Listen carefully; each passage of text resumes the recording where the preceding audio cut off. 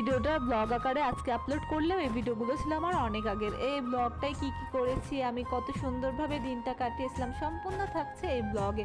তোমরা নিশ্চয়ই আমার ব্লগগুলো দেখো স্ক্রিপ্ট না করে। বাই দ্য ওয়ে, আসসালামু আলাইকুম, welcome to my new another mini blog. যেহেতু দিনটি ছিল ঈদের পঞ্চম দিন, তো ভাইয়া বাহিরে থেকে পরোটা নিয়ে এসেছিল, তো আমি শুধু শুধু ডাউল দিয়ে খেয়ে নিতেছিলাম। ঘরে মাংস ছিল, সেটা আমি নিয়েছিলাম না। খাওয়া শেষ করে আমি ঘরে বসেছিলাম, হঠাৎ করে দেখছি আম্মু ডাকছে। কেন ডাকছে? এই নেল পালিশ দিয়ে নাকি আম্মুর যতগুলো জিনিস আছে সবগুলোই চিহ্ন দিয়ে দিতে হবে। নেল পালিশের সেটটা আমার অনেক পছন্দের ছিল, তাই প্রথমে তো আমি দিতেইছিলাম না। তারপর আম্মু বললো তুমি তো নখেই নাও না, তো দিলে কি সমস্যা? তারপর দেখলাম যেহেতু এগুলো চিহ্ন না করে দিলে অনেক সময় হারিয়ে যায়, তাই আমি আবার চিহ্নগুলো ভালো করে দিতেছিলাম। দাওয়াটা শেষ হয়ে গেলে আমি একটা মিষ্টির প্যাকেট থেকে মিষ্টি নিয়ে খেতেছিলাম। একটা তো খাই নাই, 2-3টা ভালোই খেয়েছিলাম, কারণ আমার এখন মিষ্টি খেতে অনেক বেশি ভালো লাগে। তো মিষ্টি খাওয়ার কথা ভাবলে কেমন যেন গা গুলাই, তো একটা মিষ্টি খাইলে হাতে আরেক গ্লাস পানি নিতাম যাতে গিলে খেয়ে নেওয়া যায়। পরে আমি গরুর মাথায় মগজ ভাজতে চলে গিয়েছিলাম। এটা তো আমার অনেক পছন্দের একটা খাবার। আম্মু সবকিছু কেটে কুটে রেখে দিয়েছিল, আমি জাস্ট চুলার উপর দিয়ে ভাজতেছিলাম। কি কি মশলা দিয়ে এই মগজটা ভেজেছিলাম তোমাদের ডিটেলসে একটা ভিডিও করে দেবো, তোমরা কে কে দেখবে কমেন্ট করে জানিও, ঠিক আছে? আর আমি তো মগজ ভাজা শেষে, আমার বাড়ির মানুষ সবাই তো নরম নরম খেতে পছন্দ করে, আর আমি ভাজা ভাজা না হলে তো খাই না, সেজন্য ভাজা শেষে ওদের জন্য তুলে রেখে আমি আবার তেলের উপর বেশি করে ভেজে নিয়েছিলাম। এরপর ভাত মাখায় খাইতেছিলাম, এত সুন্দর লাগতেছিল, মাশাআল্লাহ মাশাআল্লাহ। এরপর অনেকক্ষণ বসেছিলাম, বসে থাকার পর হুট করে মাথায় আসলো যে আমের আচার বানাই।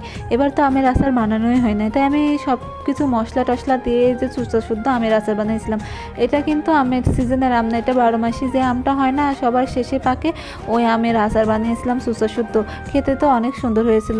যেহেতু আমি তোমাদের ভয়েস দিচ্ছি, আমার ভিডিওগুলো এডিট করে ছাড়ছি, আমাদের গাছের আম এখন পর্যন্ত আছে, আর মাশাআল্লাহ আমগুলো পেকে গেলে মিষ্টি হয়, অনেকটা টক হয় না। চলো আবার ফিরে যাওয়া যাক আমার ব্লগে। সেদিনকে বিকেলে আমরা দুজন আবার হাঁটতে হাঁটতে বাগানেও চলে গিয়েছিলাম। সাথে তো আমার চাচতো ভাই সাদিক ছিল, তো সন্ধ্যা নেমে যাইতেছিল, তারপর বাড়ি চলে আসতেছিলাম। আসার পর দেখছি বাচ্চাদের হাতে এই ফুলটা নিয়ে তো অনেক সুন্দর লাগতেছিল। এই ফুলটার নাম কি তোমরা কমেন্ট করে জানিও, আর এই ফুলটা তো তোমরা সবাই চিনে থাকবে, তারপরও কমেন্ট করে জানিও। আর ফুলটা দেখতে অনেকটা সুন্দর লাগতেছিল, মাশাআল্লাহ। এরপরে বাসায় আসা শেষে দেখছি আমাদের আরেকটা ফুপ্পাতো বোন বেড়াতে এসেছিল, তো আপু এই মিষ্টি নিয়ে এসেছিল। এটা ছিল বর্ণফুডের মিষ্টি, মিষ্টিটা অনেক টেস্টি ছিল। এরপরে তোমরা দেখতে পাবে আমার ঈদের কাটানো সবচেয়ে সুন্দর মুহূর্তগুলো। ভালোবাসবো বাসবো রে বন্ধু তোমায় যতনে,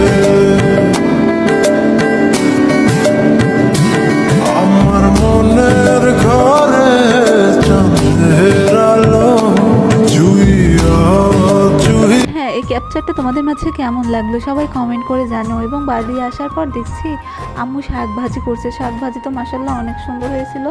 এই ছিল আমার সারাদিনকার একটা মিনি ব্লগ। তোমাদের কেমন লাগলো সবাই কমেন্ট করে জানিও। দেখা হচ্ছে পরবর্তী কোনো একটা ভিডিওতে। আল্লাহ হাফিজ।